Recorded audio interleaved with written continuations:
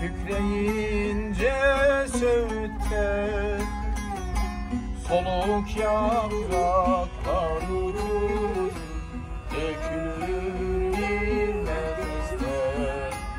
Soluk yapraklar uçur, dökülür bir nefeste.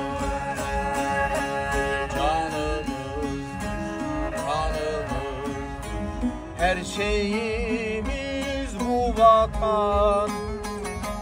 Bastığın yerleri tanır, altında tüktür yakan. Bastığın yerleri tanır, altında tüktür yakan. Atalardan bize kalan emanettir bu vatan. Atalardan bize kalan emanettir bu vatan.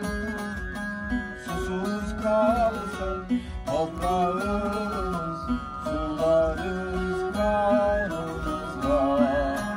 Susuz kalsa toprağımız, sularız kanımızla.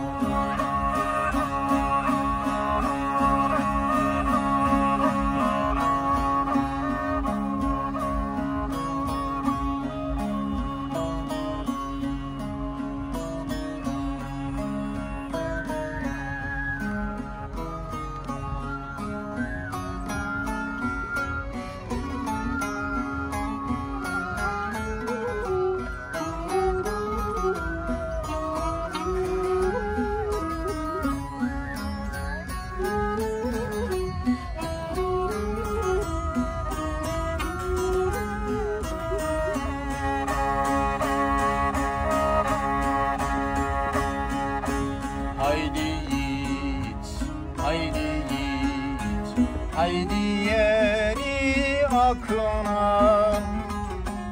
Ülkümüz bu